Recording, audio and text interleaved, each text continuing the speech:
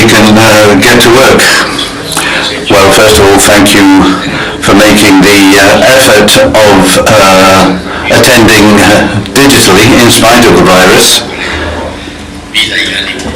which is essential to keep the course alive. I think we've been too ambitious, and we've tried to cover too many subjects with many speakers and with little time for all of them.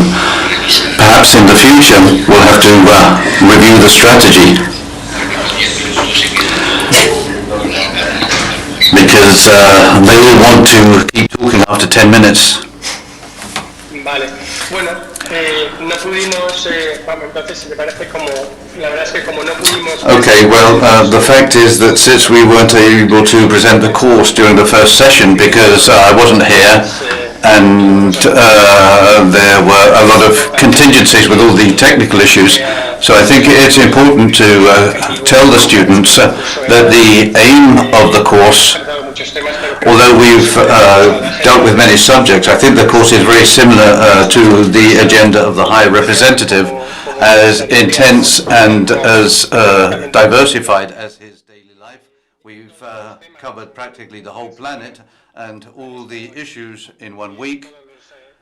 We've had all the special advisors for Borrell, apart from civil servants and experts, which is what we wanted to bring together, this combination of experts and practitioners. And it's true that with the pandemic, it's very difficult to bring speakers to Spain, and it was very difficult to bring speakers from abroad. And also people are very tired of listening to long presentations on the screen, which is very difficult. So we've had to adopt this format where we had bullets in many cases to enable you to get to know speakers that are very interesting. And as the High Representative said, they all deserved a 1-hour session, and in order to give their presentations and have a lengthy discussion. But unfortunately, this can't be done with Zoom. It just doesn't work. But in any case, I suggest that you look for the speakers on Google and follow them, because I think they've all been top-class speakers. So we wanted you to have these different points of view through different exchanges to provide an idea of what the position of each speaker is in relation to each of the subjects. And with that, we'll have food for thought for the rest of the year, or at least for the rest of the summer, to go more into depth in the subjects you preferred. But we've left an evaluation questionnaire for each session and for the overall course on your chairs, so that you can fill it in, and it will be very helpful if you will respond. And the office of the European Commission in Madrid has done a lot of hard work to put this complicated event together, but I think it's been very successful. And since the prefaces that are written at the end are the best, because only what you write at the end is what best reflects what's been done. So we'll write the preface now. And what I wanted to do during this session, we have some copies of this book, Foreign Policy in Times of COVID-19, written by the High Commissioner. All of you that have used this book and that will have it in the future is a sort of Bible on European foreign policy that reflects an extremely intense diplomatic activity, but also an intellectual activity from the High Representative in the little but intense time he's been in this job. I think that we have to reread this text over and over again. Whenever you see a crisis on the news, on TV, or in the papers, I encourage you to go to the index of this book, because it's all here.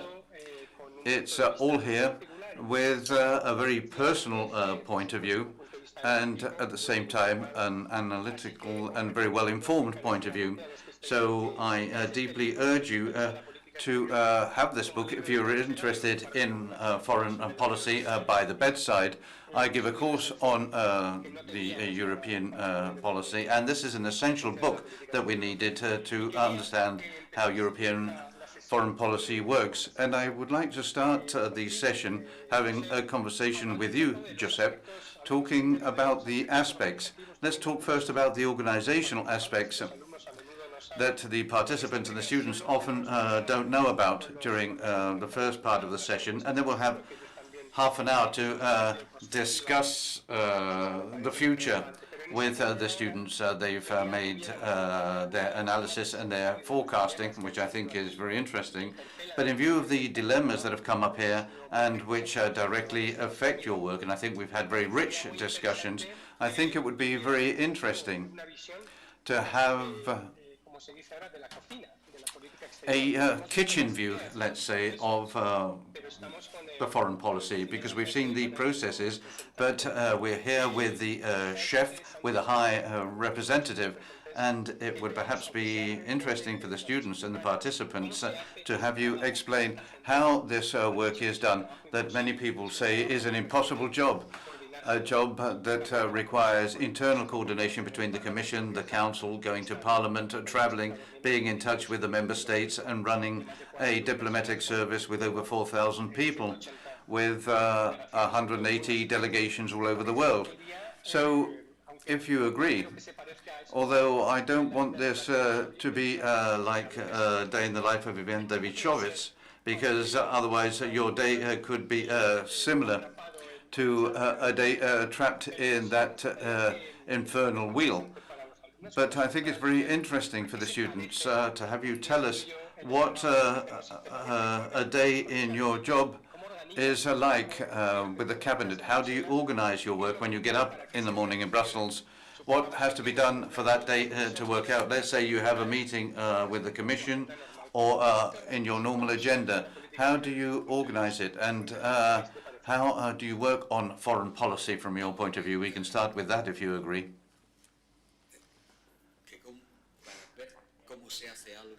In order to see how you do something, you have to start by identifying that something. Let's say that foreign policy has a sort of two levels.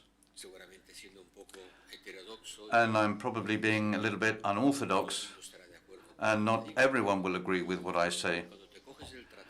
But when you look at the treaty says that the member states are sovereign and have exclusive competence over their foreign policy.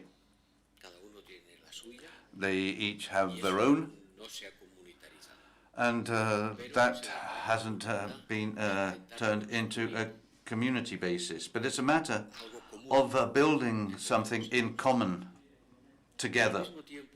But at the same time,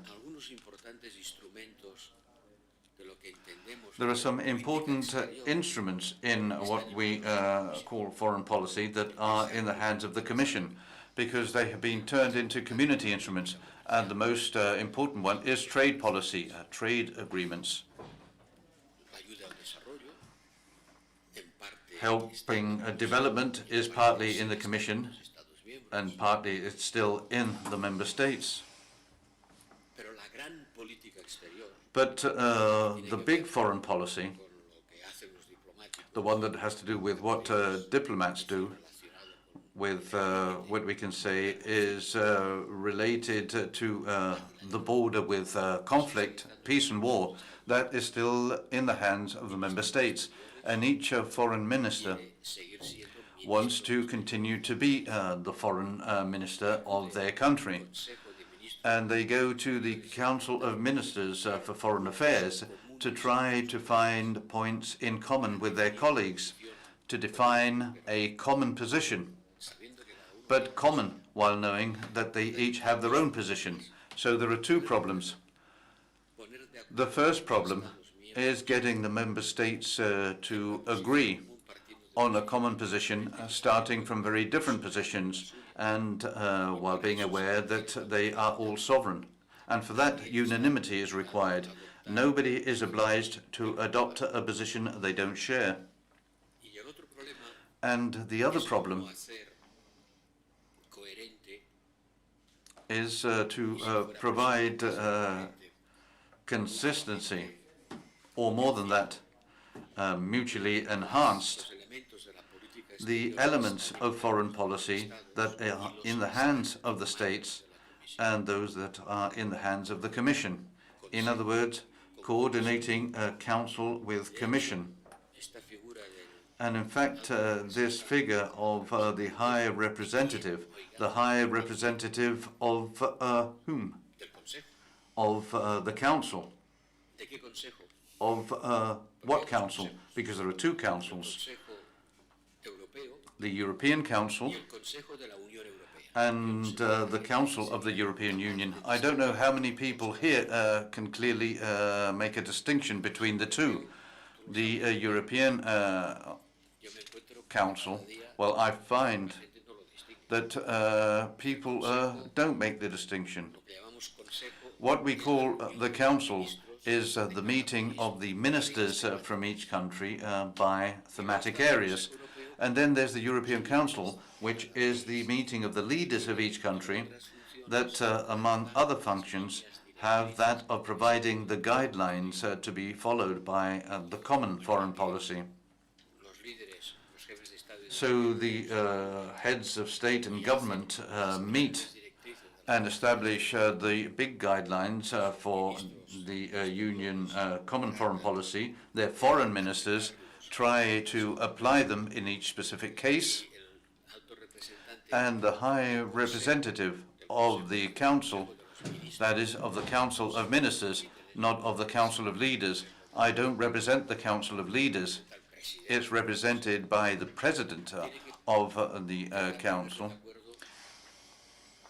And the job is to try to get them to agree and make it consistent to what the commissioners say.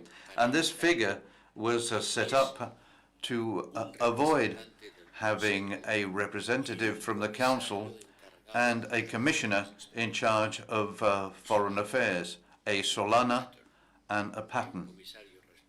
A commissioner responsible for foreign relations for the Commission, and a high representative of the Council, but in that case of the Council of Europe. And they said to avoid cacophony and to avoid having two people going around saying that one represents the Commission and the other the Council, without people making a very clear distinction on behalf of whom they're speaking and what they can say, let's put this all together in the same person.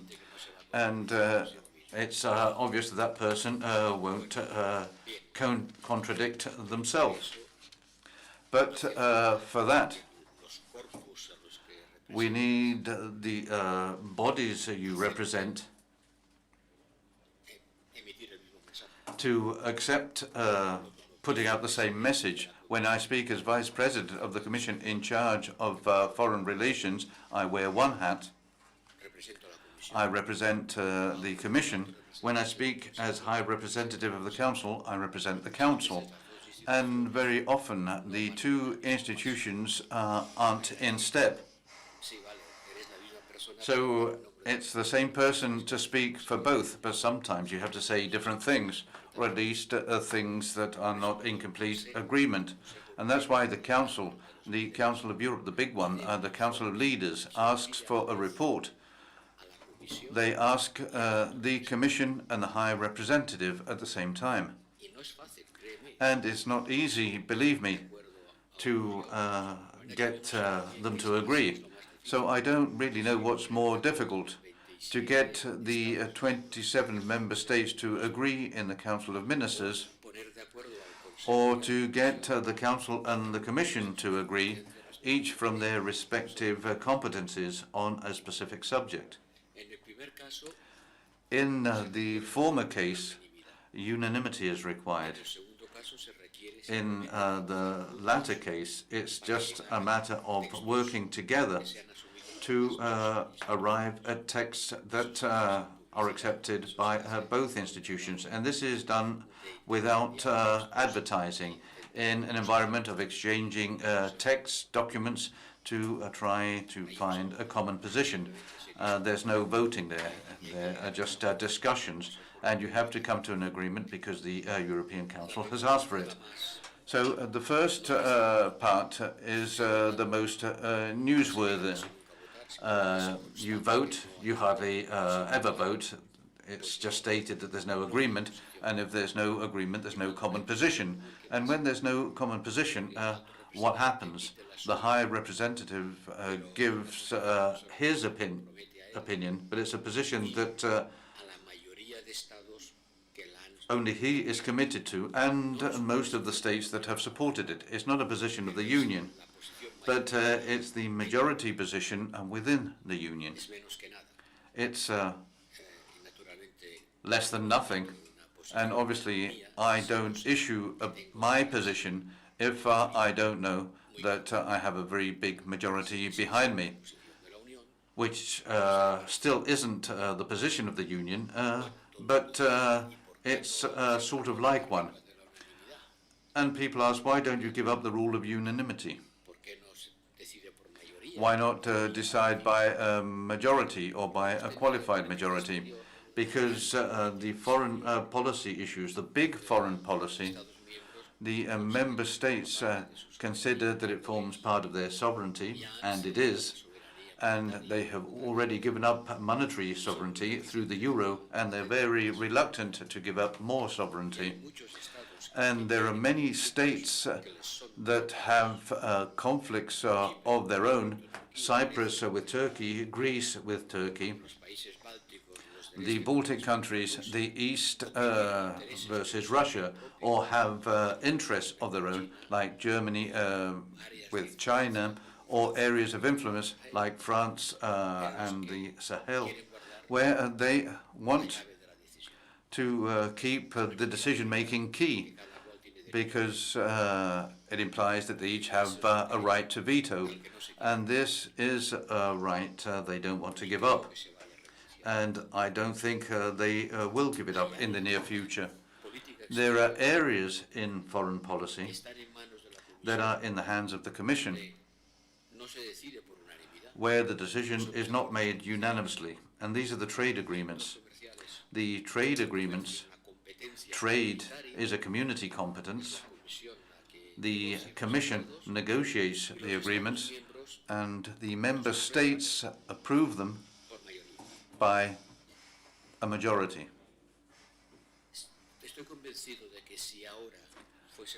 I am convinced that if we were to build the European Union now, the member states would not let trade policy be a community competence that was decided by a majority. They wouldn't allow this because today the trade agreements are too important. When the Union was set up, trade was basically a trade between European states. And since it was a matter of creating a single market, it was reasonably believed that trade ought to be a community competence. Because, again, trade was a trade between states. Globalization hadn't started yet. Trade agreements on a large scale, like the ones we have today, did not exist, or there were very few. We had the GATT and little more. So they felt that it was logical that if we were going to set up a market together, the competencies on market agreements should be community competencies. This wouldn't happen today because trade is too important. Member states wouldn't leave this competence in the hands of the Union, but they did, and there it is. So part of the foreign policy is in the hands of the Commission. We can make a distinction between foreign policy and foreign relations. Probably, can we say that foreign policy is a competence of the states and foreign relations a competence of the Commission? In those subjects where the Commission has competencies, yes, the Commission has competencies, and these competencies have a foreign dimension, and for that they have foreign relations. And for that there was a foreign relations commissioner in trade, in help for development, in partnerships with our neighbors, in cooperation agreements, in humanitarian aid. All these are competencies that have a foreign dimension.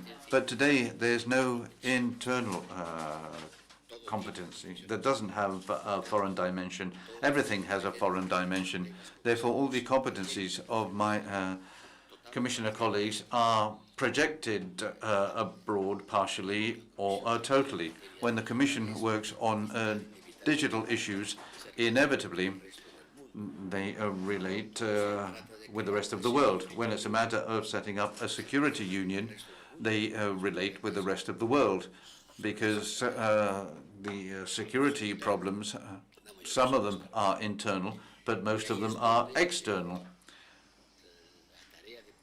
And that's where the task of bringing together and coordinating the big foreign policy with foreign relations takes on all its complexity. When the President of the Commission says they want to have a geopolitical commission, what does this mean? It means that they want to attach full importance to the consequences on the rest of the world of the policies carried out by the Commission. But the Commission has no competencies in defense. The Commission has no competencies in foreign policy. And sometimes it's difficult to make this understood. The Commission doesn't have competencies over the nuclear agreement with Iran, for example. So therefore, their opinions are very interesting, but they're just opinions, because they don't have competencies. The member states have the competencies. They each have their own. And altogether, when they agree, that's when it becomes a community policy. And that division is a permanent arm wrestle, because the Commission wants to be expansive, and it goes from having foreign relations to wanting to have a foreign policy, and the states watch over not making decisions in foreign policy that they don't agree with. And sometimes they use the right to veto provided by the unanimous decision to block decisions that they don't disagree with, but they use it as an instrument to obtain concessions in other areas. And that's a very negative attitude. I agree with that, but I don't agree, and I won't agree until you give me something in another area that has nothing to do with this one. And this brings about a lot of problems of efficacy in deciding a policy. And the best thing would probably be to give up unanimity, but this probably isn't going to happen. Therefore, we have to live with that dual conflict internally between the states to come to agreements between them, and then agreements on the community policies that have a foreign policy dimension where the states have not given up their competencies. And I assume that after this explanation, nobody will have understood anything. But that's the way it is. But people understand why it's such a difficult job, in any case, the job you have, because the difficulties are obvious. All this explained through a practical case. If we used a practical case, a military mission, your first case in IFNI, we can probably ask, how do you launch a military mission in the Eastern Mediterranean, where it's a hornet's nest of different interests, and there you do have to talk to the political powers. How was that military mission launched? Let's go into the practical aspects. I often say that the European Union is not a military union. It's not a NATO. It's not a mutual pact against military aggressions of others. It doesn't have Article 5 of NATO. It has some articles that are similar, but it isn't the same. It isn't a military union. So why does it carry out military missions? Because the treaty says that there is the will to progressively move forward in the setting up of common security and defense mechanisms that eventually perhaps could become a military union. So we launch military missions, but they're never combat missions. They're support missions to those countries with whom we share the same interests. They are training missions for troops from other countries, or missions to advise institutions involved in conflicts, like the case of Kosovo. We have 17 missions of this type in the world, deploying some 5,000 people. A mission is launched when a state proposes it, or when the High Representative proposes it. I can propose one, and the states have to decide it unanimously. If they say yes, that they're going to study it, a complex process of committees is started up that determines the viability of the mission. And they present what the mission would be, what it would do, what the resources would be. Once it's approved by the committees, it goes to the Council of the Ministers of Foreign Affairs and the Defense Council, and its creation is approved. And then what's done is the force contribution. We've decided to send to Mozambique, which is the latest mission. We've decided to send a support mission to support the Mozambique army, who's going to contribute to the mission. In other words, who's going to contribute material or personnel.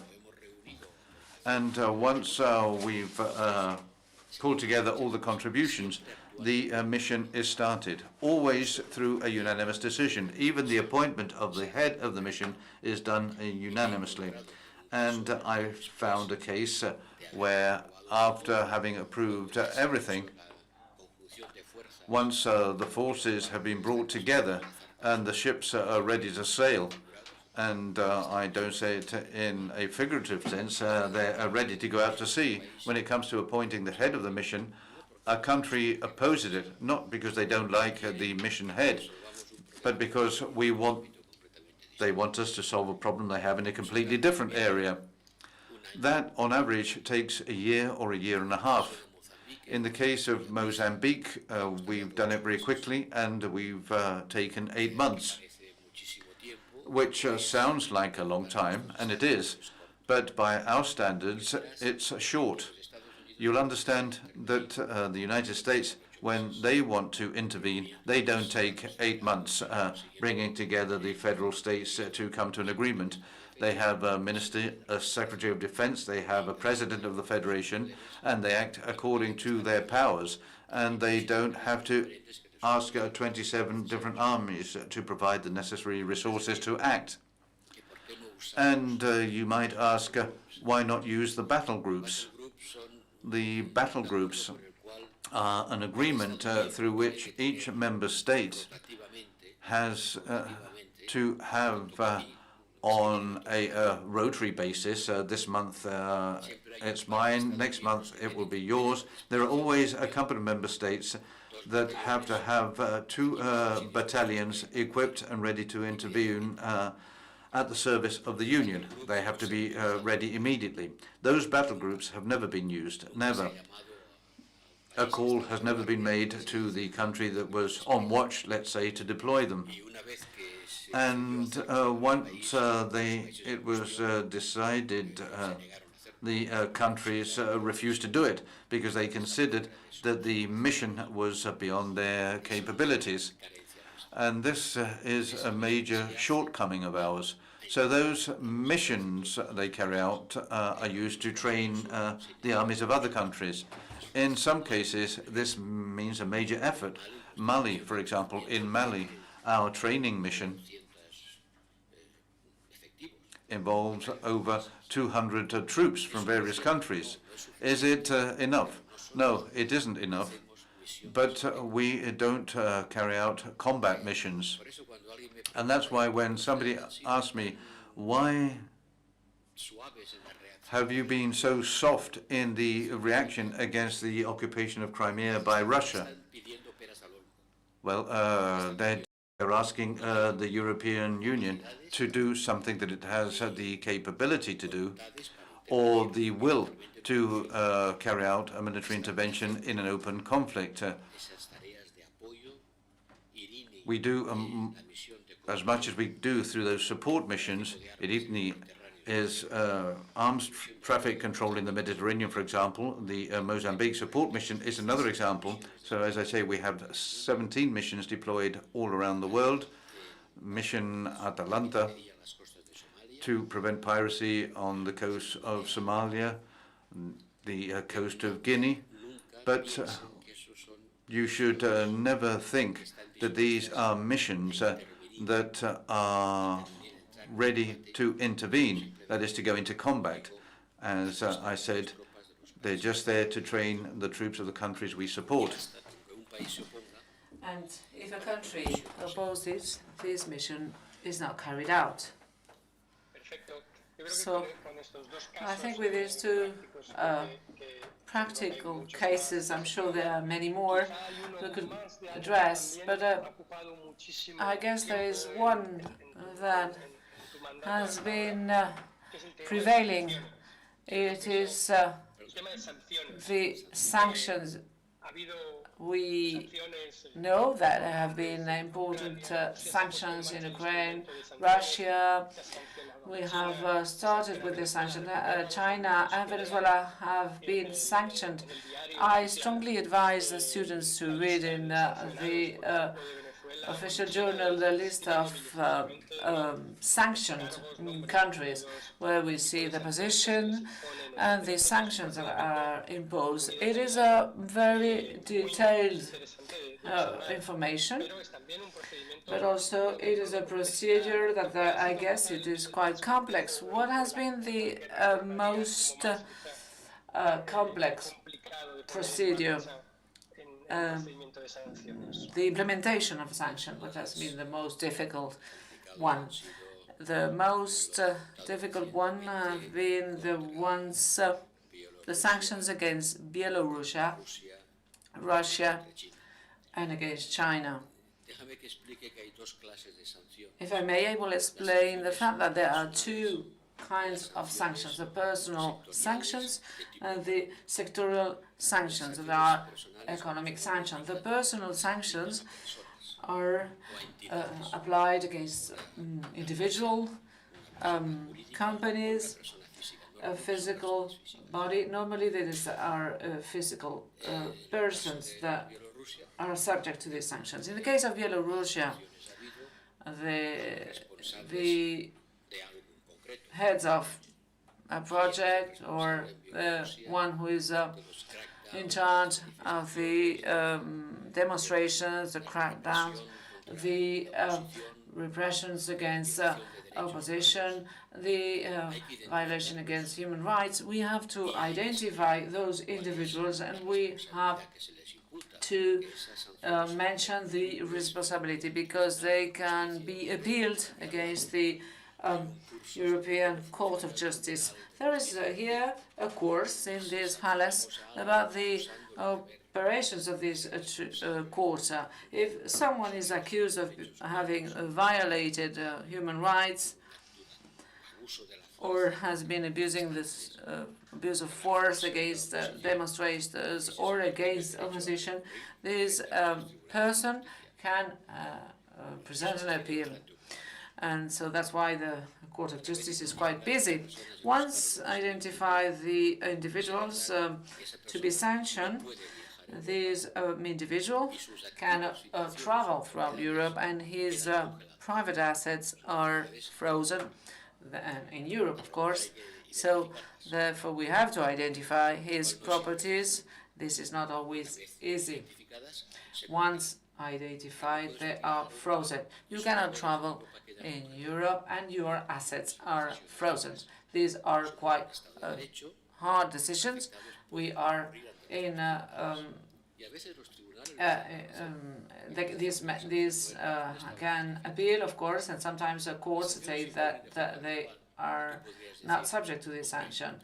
And you can say we're the high representative of what is happening in Belarus, or Kovacenko, the ones who happening in Nicaragua is Mr. Ortega.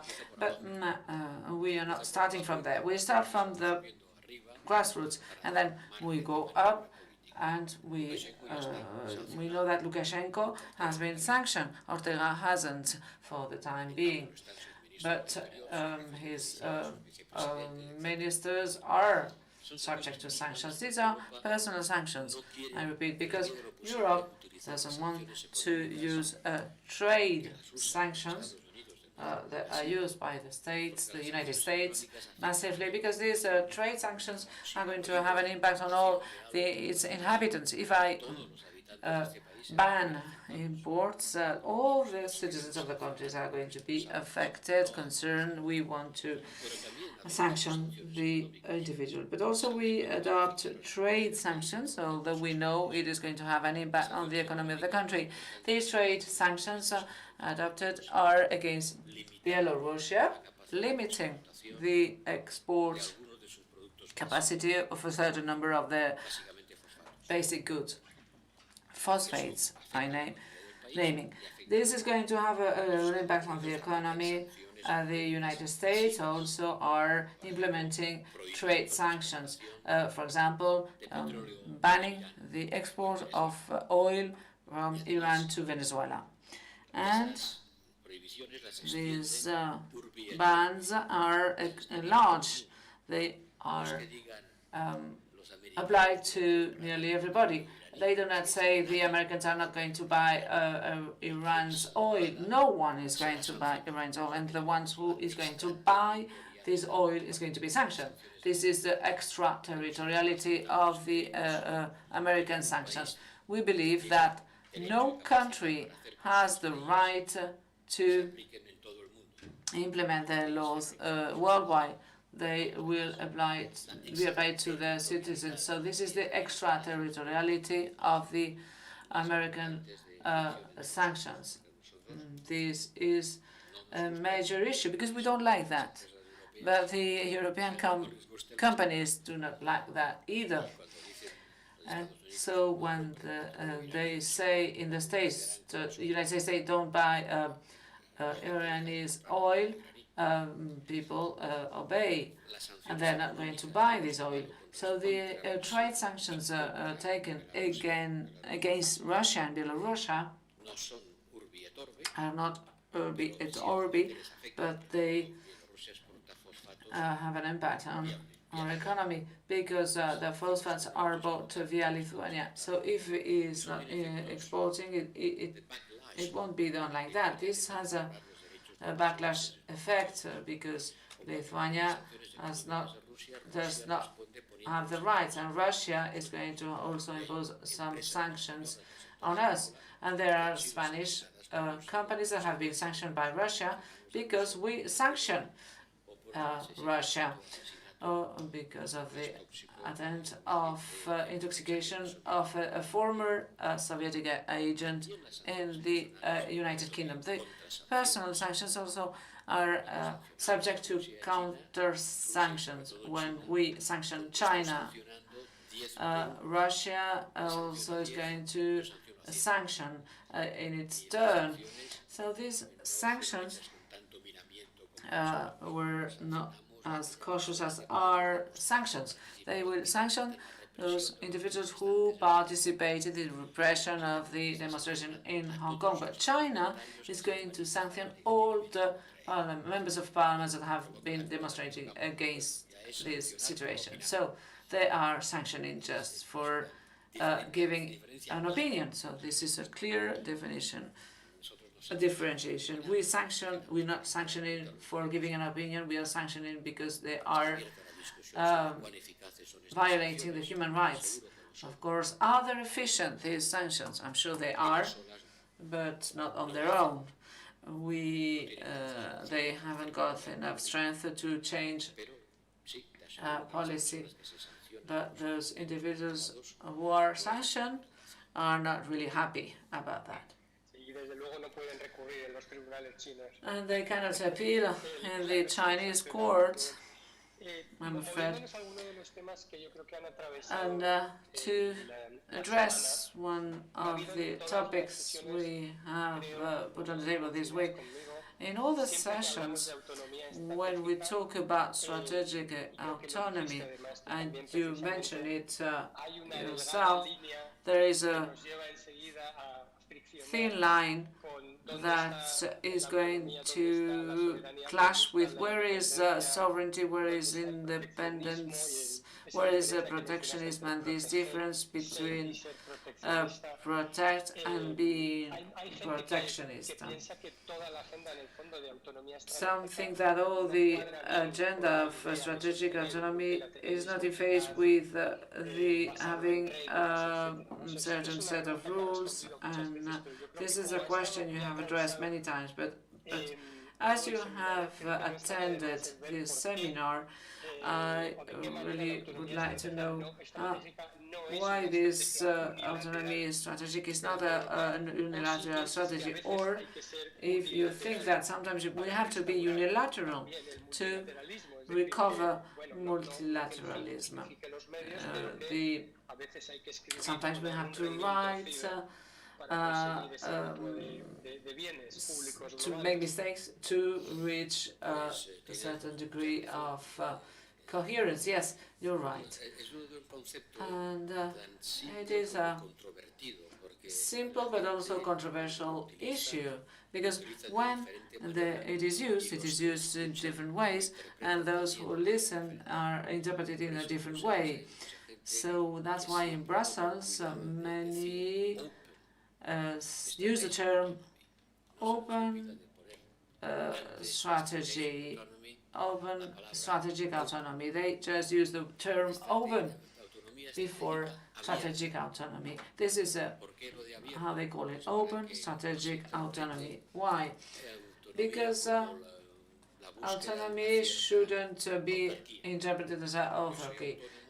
I am autonomous, I'm a freelance or independent worker.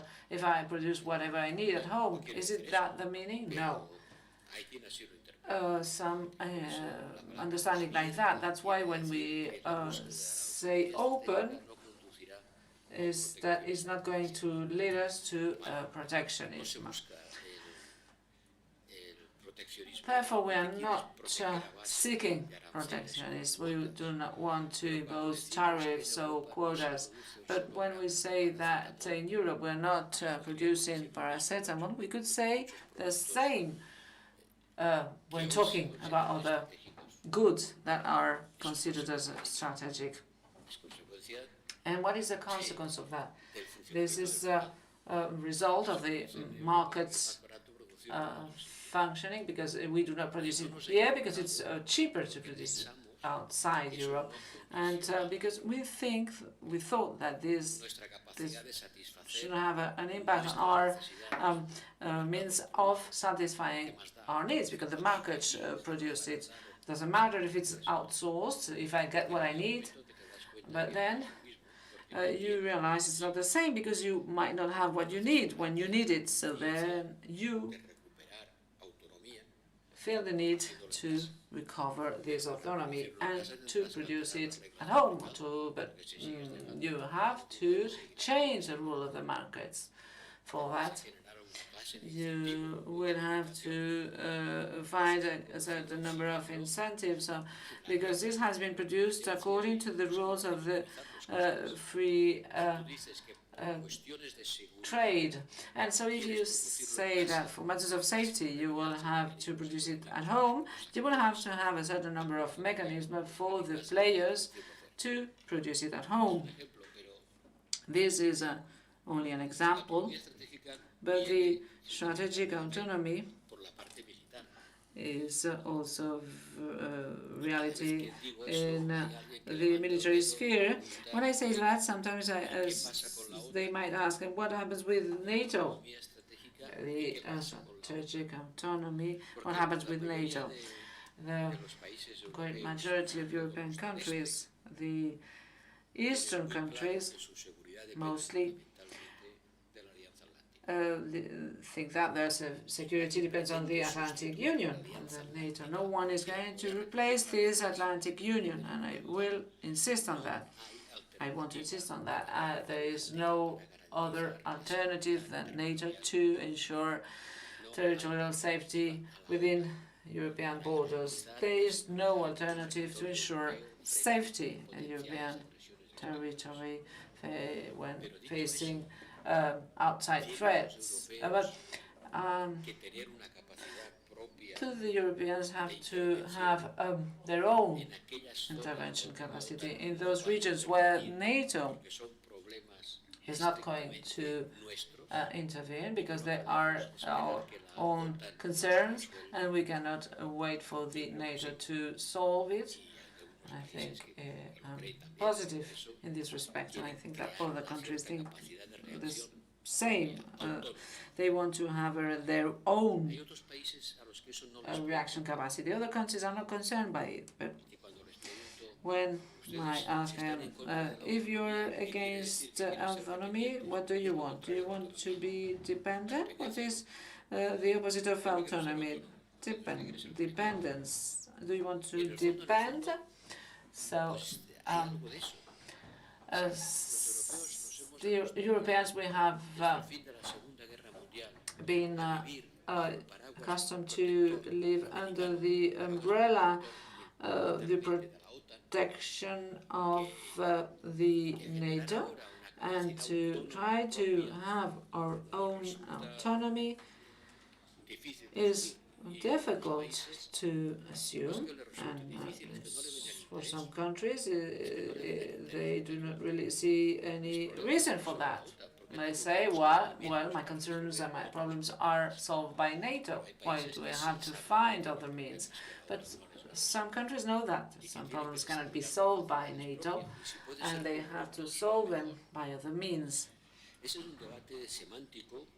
This is a semantic discussion, but it is. There are many concepts, and I've seen member states saying that do not use these words. Strategic autonomy is confusing ourselves. We do not want to weaken NATO. We want to have our own capacity to solve problems that cannot be solved by NATO. If Europe is stronger, our partners will be happier. I prefer to be with someone strong than weak. And so who is going to foster this open strategic autonomy? The Americans.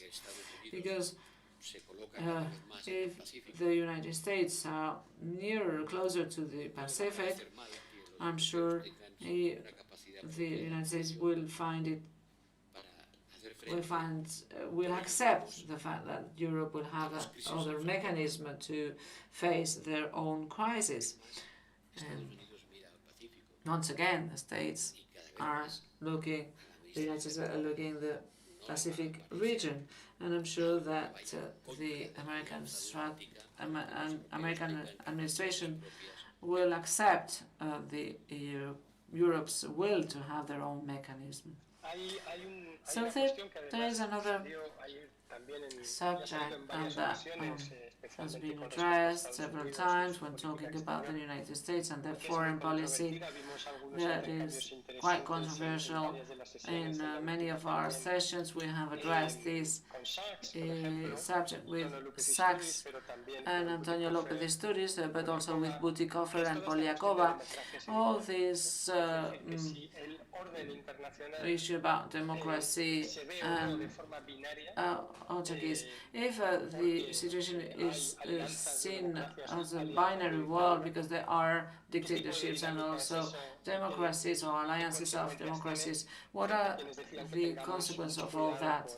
Because we have to be aware there are democracies and dictatorships, but there are a lot of gray zones. And from the States, we have said that we cannot give lessons about democracy to no one. Our task is to repair our democracies before repairing those of others. But of course, there is a confrontation because our problems with China and Russia are linked to the non-democratic nature of those regimes. Although we encounter problems with other states that have democratic regimes or populist regimes,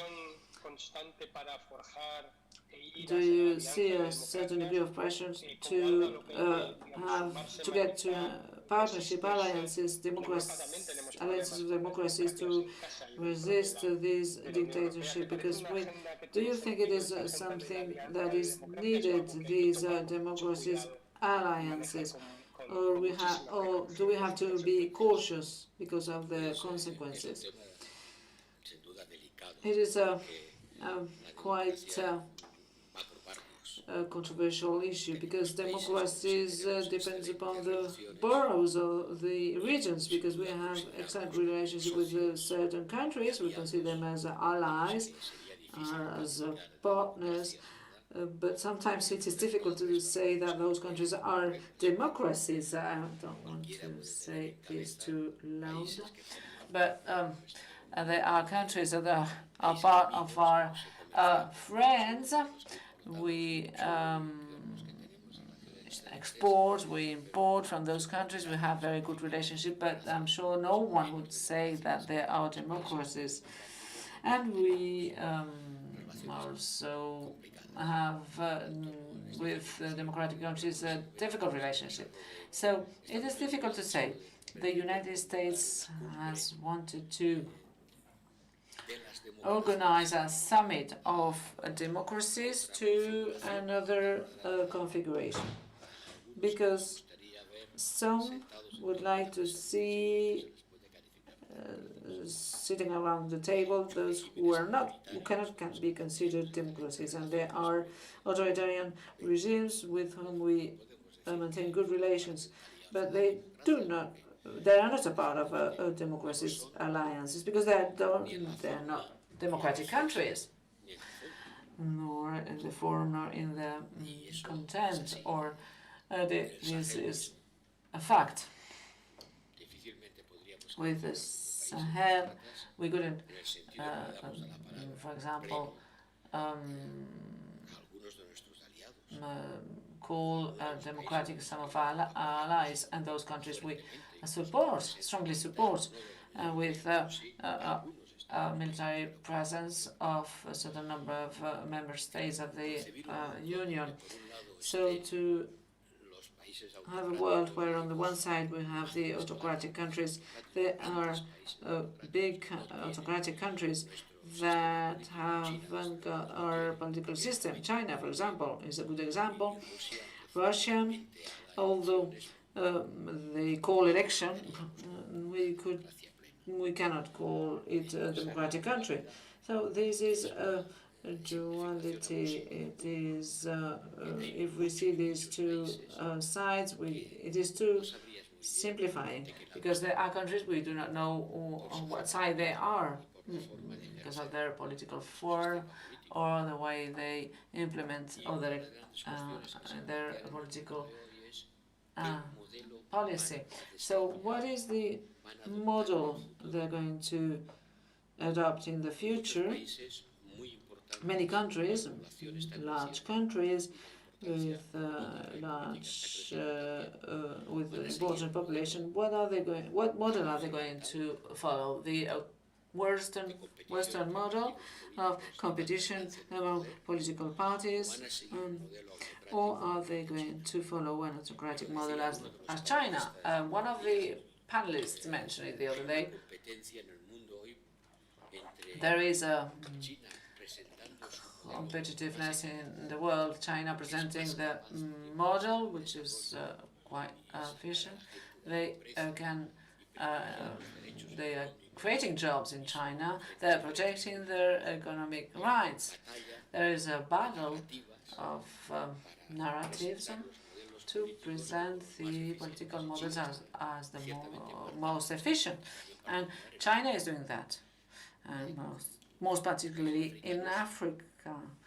In many African countries that do not have a political model, they might think that the Western democratic model of multi-party and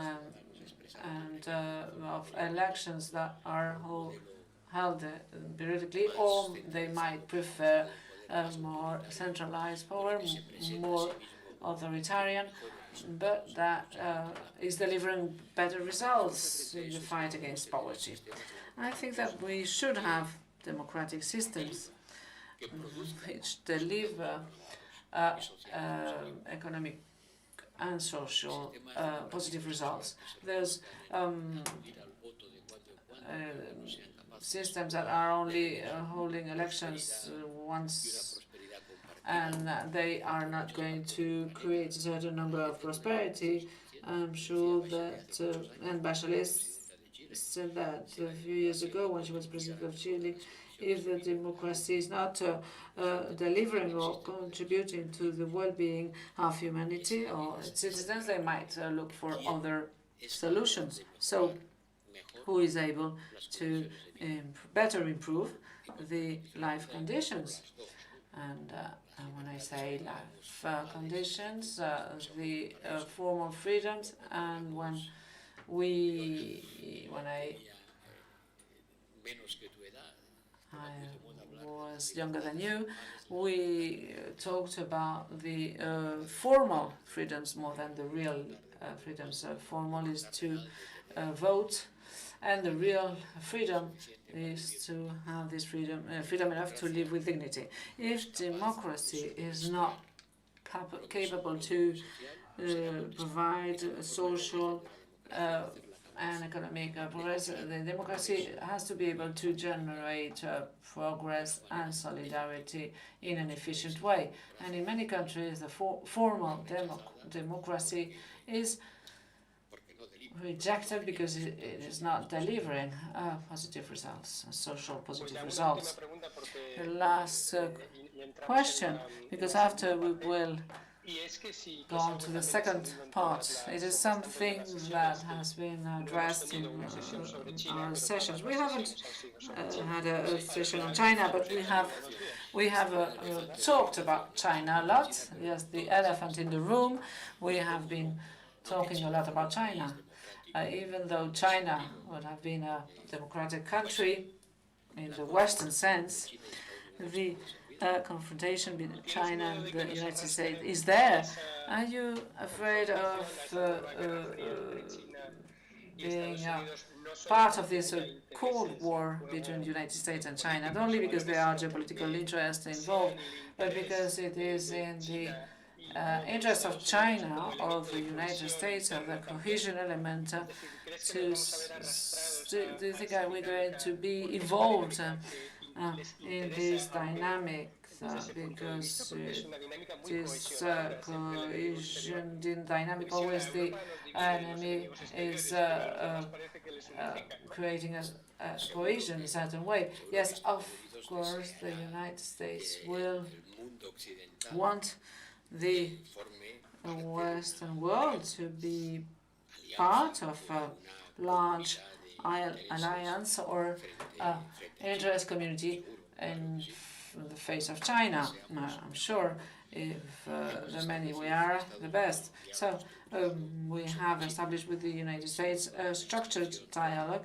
We did it with the Trump's administration, and we will continue to do that and to see how we can maintain our relations facing China. I've always defended the fact that being nearer to Washington than Beijing, political terms, how can we be equidistant between Washington and Beijing? Washington, we share the same economic system and political system. We are closer, but we haven't always the same interests, of course. And if we want to have a minimum of strategic autonomy, we should have certain capacity to defend our interests and to be not always depending upon what the States say. At the end of last year, for example, Germany promoted quite swiftly before the end of its presidency an investments agreement with China that was negotiated throughout the last 7 years with no results. And last year they reached an agreement of investment in China. We were strongly criticized because we should have waited the new administration to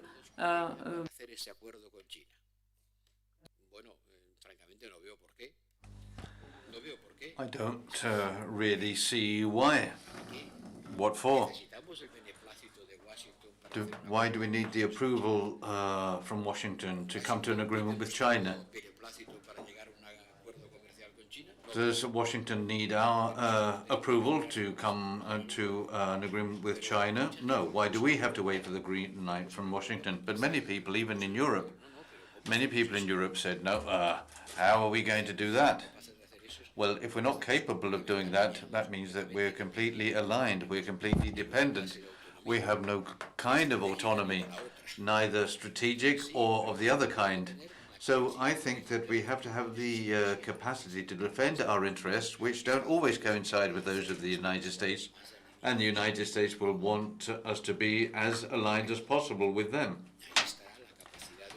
But it's up to Europe to exist for itself. And there are many European countries that will always have the trend to align with the United States because they don't have opposite interests. And yet they have a natural tendency to look for the best relations with the United States because their security depends on it. And this will have to be managed within the European Union. But the same thing that happens with China happens with Russia. Nord Stream 2. There's a European country that's interested in setting up an energy infrastructure that others question, and so does the United States, to the point of sanctioning the companies that are building Nord Stream 2. Imagine that Europe said, since I'm very concerned about the environment and the pipelines to Alaska affect the environment, so I'm going to sanction the companies that build it. That's completely outside our imagination, isn't it?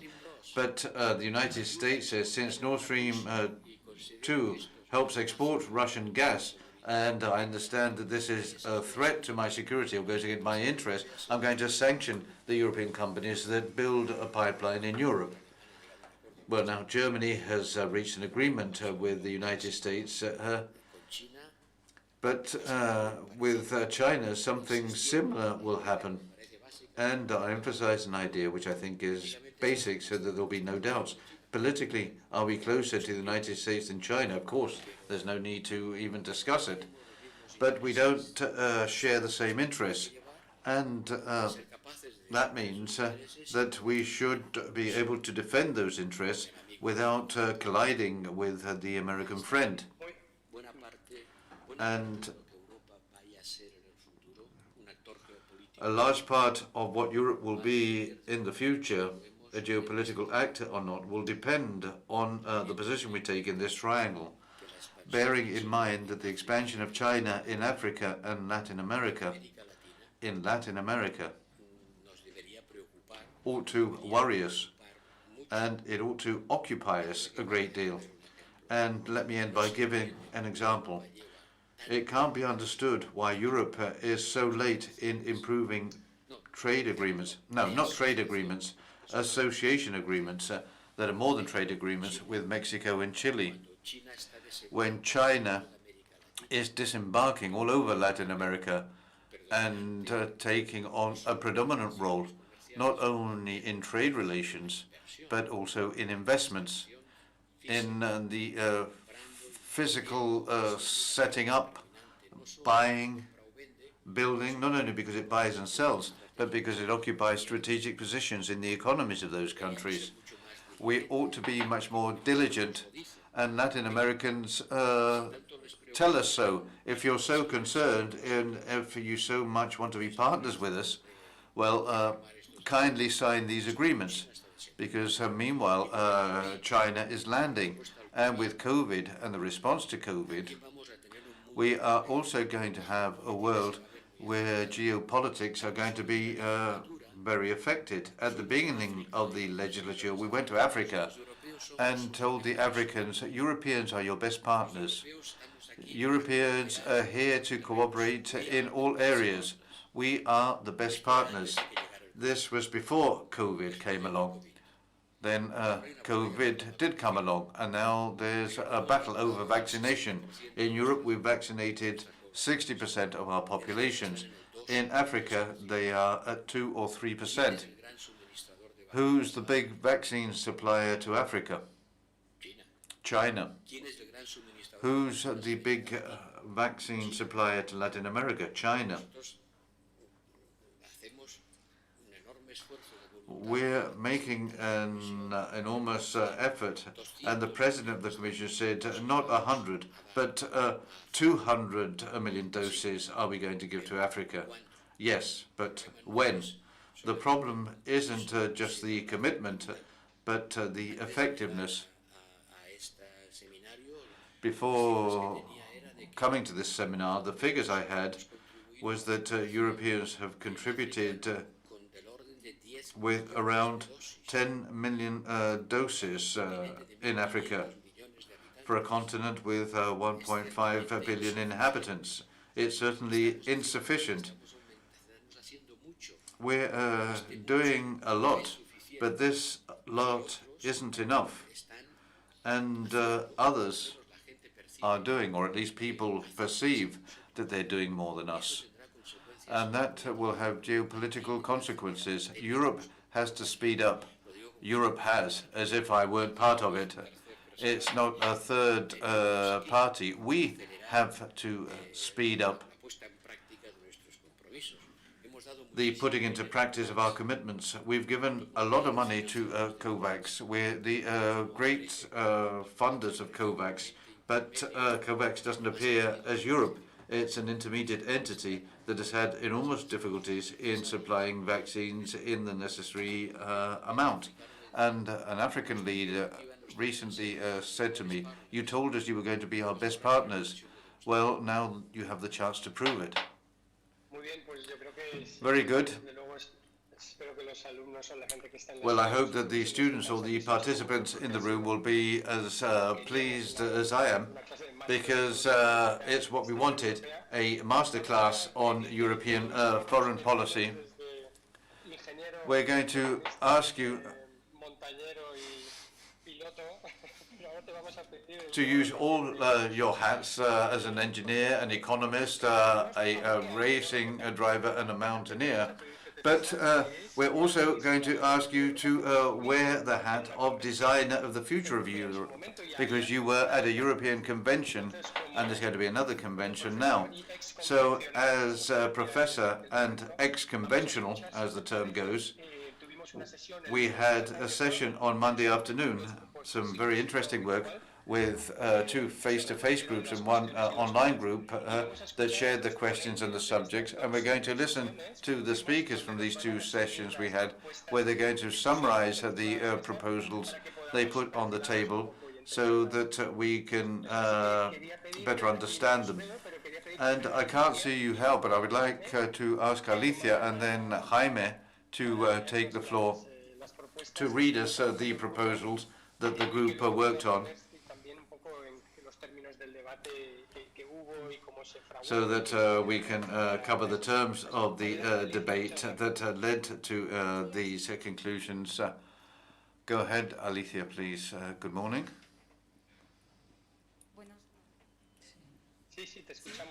Yes, we can hear you. Yes, good morning. Thank you very much for the presentation. On Monday,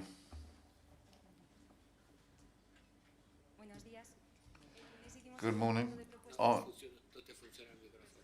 No, the microphone isn't working. Un poquito más encima de la mesa para que... Se escuchaba antes, es un problema un poco en la transmisión de la calidad. We could hear you earlier. It's a microphone quality problem. Now. Thank you. Good morning. On Monday, we made a number of proposals for the conference on the future of Europe. And in one of the groups, we came to an agreement on setting up a European army. And we've therefore agreed or determined that the European army should have a common European army, but not just to defend the European way of life, but also as a tool to be able to contribute to peace and international stability. And therefore, from our point of view, it should have a single coordinated European command and would be a rapid action force that would make it possible for it to act in various contexts. And we also added the need for the supplies to this European army be provided autonomously, and that these supplies should be purely European in order not to depend on abroad. We also believe that this European army shouldn't replace the national armies that already form part of the structure of each of the state governments, but it would be another step to guarantee coordination in defense areas. And we added another idea where we backed unanimous decisions to have a more solid European policy and provide a qualified majority to other subjects. So we thought we should make a distinction between two types of subjects, those subjected to unanimity, while others that would be subject to a qualified majority. To identify them, those issues more sensitive for security and defense should be under the unanimity clause to defend the interests of each country and thereby avoid a weakening of the European position. And on the other hand, in other foreign policy matters that perhaps are more closer to the competences of the European Union. You can't hear me now, can you?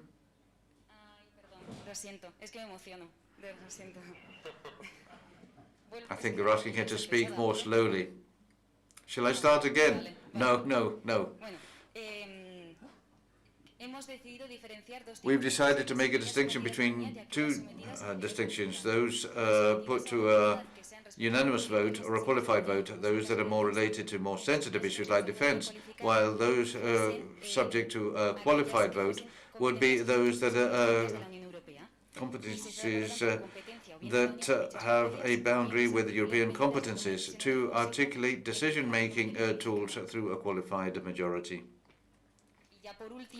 And finally, the contribution of the European Union to a sustainable world. We reached an agreement determining that the foreign trade policy of the Union should put its stakes on green development in developing countries that don't have the instruments or tools to favor this cooperation. And therefore, in the area of European cooperation, as well as considering human rights and linking them to the aid, this should be done on a level of sustainability and green policy. In diplomatic terms, putting our stakes on relations directly with the companies that more specifically are based on providing direct support to farmers, producers, companies that put their stakes on sustainability in these countries, and thereby favoring the practices that are established independently.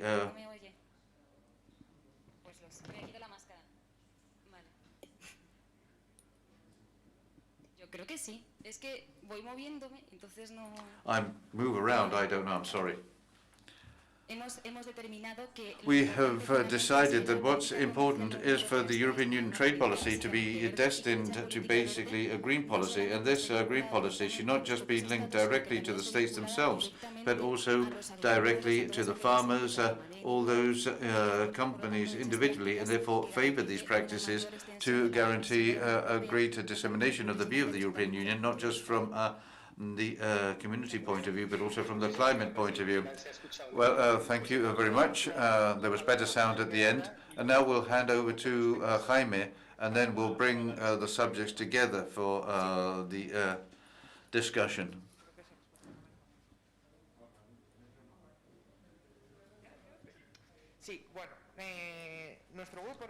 Yes, our group also made two proposals.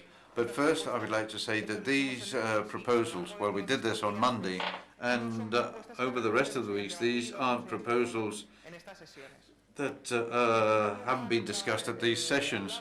And first of all, we spoke about the fact that the European Union should work on a foreign policy based on values. The European Union should lead through example in the area of defending human rights in the world. But the European Union foreign policy ought to be consistent both externally and internally. What does this mean? That before giving lessons on the application of human rights in the world, before that we should fix our problems at home, to use the expression, especially in two aspects. We ought to try to get the so-called illiberal democracies, the Visegrad countries, Centre and East of Europe, that are being accused rightly of violating the state of law.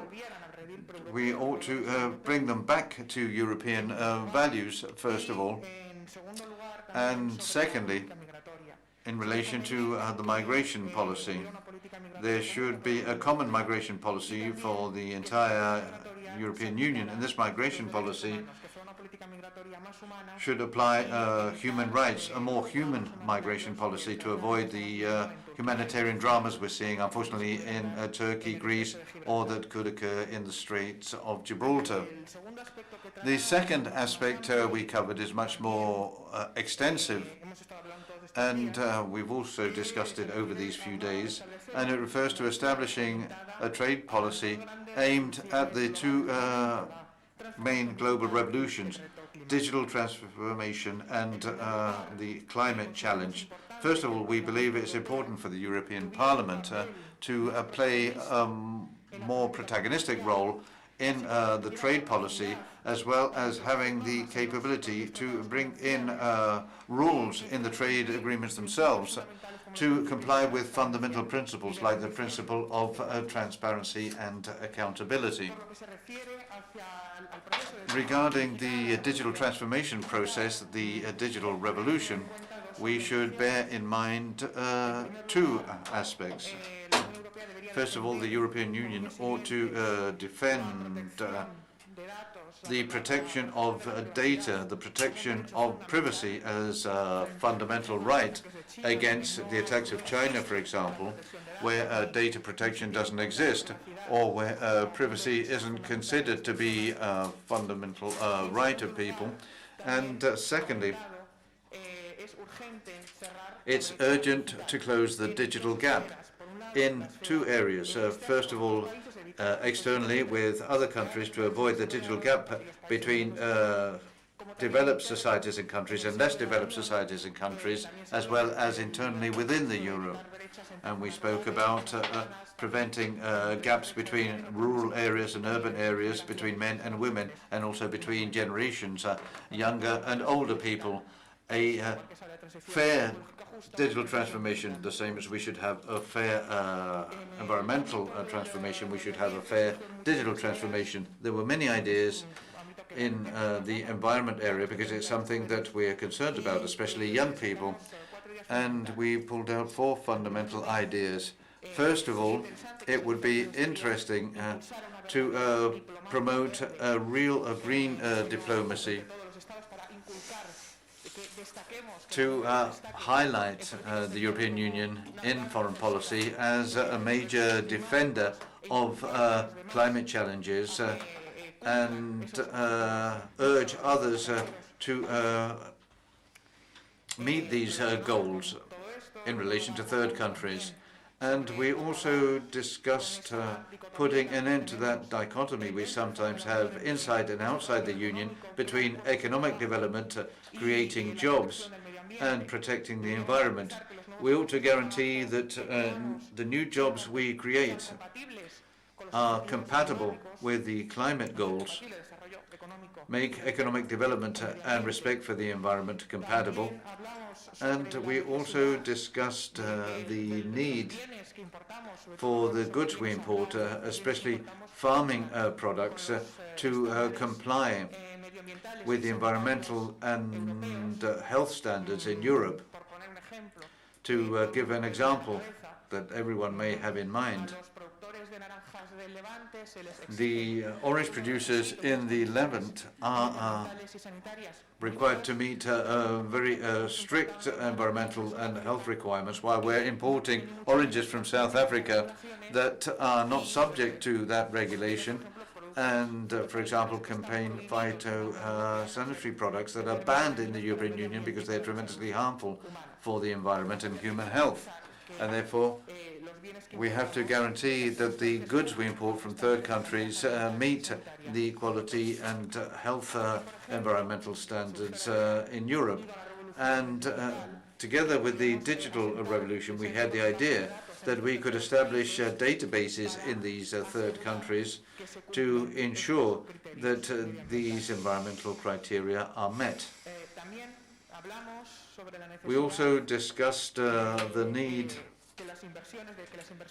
for investments made both within the European Union and by European countries in third countries to be sustainable, on the basis of each investment requiring an investment in renewable energy at least. And this would be linked to the discussion we also had on the role of nuclear energy, and the fact that perhaps we shouldn't despise so much the role of nuclear energy and consider nuclear energy as a transition energy between coal and renewable energy. This is more or less, it's a lot of ideas. This is what we discussed because it's a very extensive subject. And finally,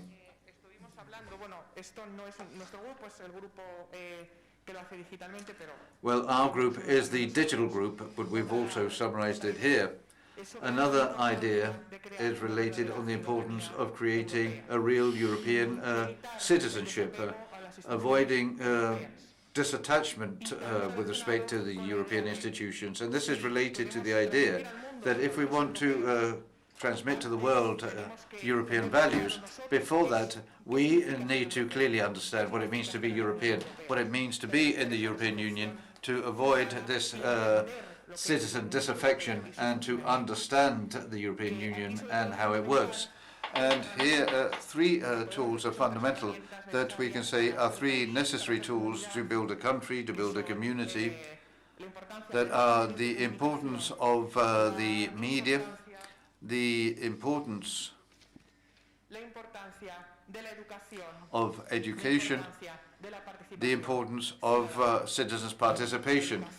Regarding education, the importance of teaching young people, children, the role of the European Union and its implications in everyday life. In other words, how does the European Union affect me? Regarding education, again, the same. This could be through traditional means or through current means, platforms, social networks. That's also a way of promoting European values. We're talking about a European army. Why not create a public European radio television service, for example? And finally, the importance of citizens' participation. This conference on the future of Europe, why can't it be repeated in the future? Why can't it be repeated every 5 years, at least every legislature of the European Parliament, to hear the voice of the citizens of the Union and avoid by all means that Europeans, especially young people, continue to think what's the use of the European Union and how does it help me day to day to belong to the European Union. Thank you very much.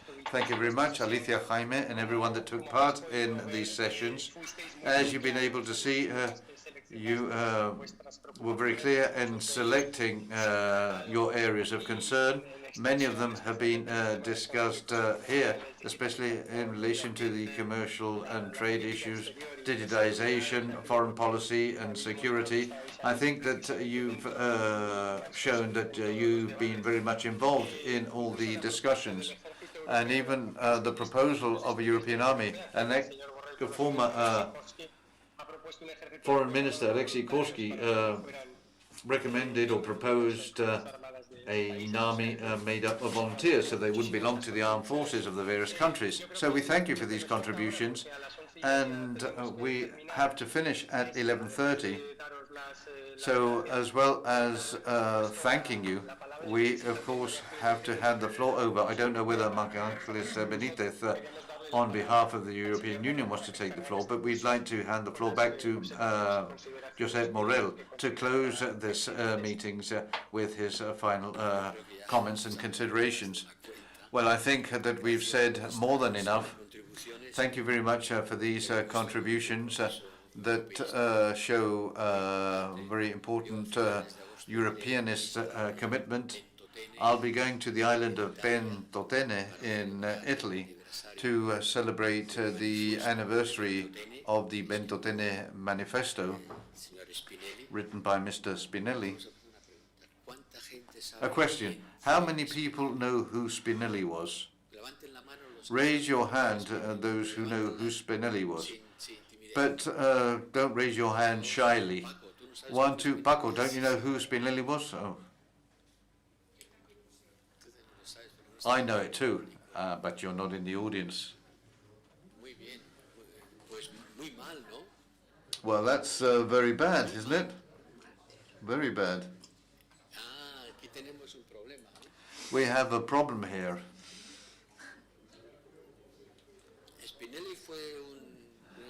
Spinelli was an Italian intellectual that Mussolini sent to the island of Ventotene, which is a prison island. It's been a prison island since Roman times, where all those opposed the fascist regime were taken. And while he was there, he wrote the Ventotene Manifesto, which was a call to the construction of a federal Europe. He wrote this more or less while the German tanks were getting to Moscow.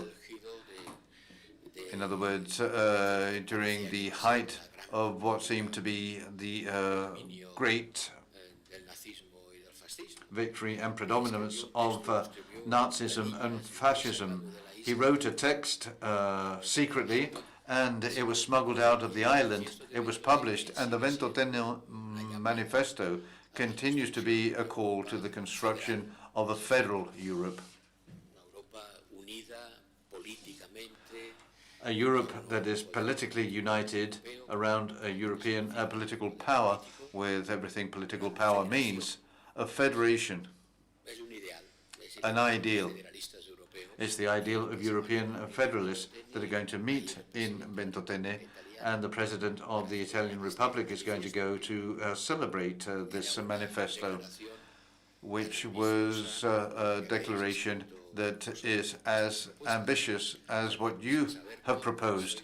So without knowing it, you're Spinellists, because you agree with his approach. One of the buildings in the European Parliament is named after Spinelli. But we're a long way from the ideal. We're a long way from a federal Europe. This continues to be an association of states that share some competencies, that have transferred some to a supranational authority. The federal organization we have in the European Union is the European Central Bank. It's federal in the sense that it doesn't belong to any states, and it belongs to everyone at the same time. Everywhere else, we're a long way from that. And I even wonder whether that's the will of European citizens. In some countries it is, in others less. The United Kingdom has left the European Union, among other things, because they don't share this ideal. They don't share it at all. They don't want to form part of a federation. They don't want the national powers to be managed by a federal power. And at the hour of truth, we need to see which governments are in favor of that and whether we are enough to provide a drive in this direction. Europe is a semi-built building. We are far from being a federal entity, but we're much more than an association of states connected by an international agreement. We are something in between, and we have to finish the building. It will be finished in one way or another, depending on what you, the young generations, want. The people here are probably representative of the Europeanist will. The fact you're here shows an inclination to defend a European army, foreign policy based on values, do away with unanimity, etc., etc. But when it comes to the truth, what counts are the governments, and the governments are elected by citizens, and European policies ought to play a more important role when it comes to opting for one or another. There are political parties that are more Europe-based than the others, but they don't want to lose their competences. They don't want to lose the power, and they are not ready to accept that the power is administered in the house of everybody. The Central European Bank is a good example when we say European army. In the electoral campaign, the German Social Democrats wanted to defend the idea of having a European army. They proposed the creation of a European army, the number 28, and not something done badly, but in a organized way, so in an articulated manner, the European army with a European flag, but we would have to think who was going to be at the front of this army. Of course, it is a proposal. I'm not sure there's going to be considered in Germany, but the fact of having this kind of proposals means that the debate is lively, and it is not going to be solved in short term, but I'm sure you will have to organize more discussions around that. So the European Commission will organize these events. They are our battle groups. So we have to thank the European Commission. The funding for this course, I would like to thank the Ramon Areces Foundation that has contributed to the organization of this course. It's going to be the last year. They're going to do that because we have their support during many years. Thank you to the Fundación Ramon Areces and its director. He always says he will come to the closing remark. Thank you to you, José Ignacio. I know it's very difficult to organize a seminar of this kind. You have selected a wide range of speakers.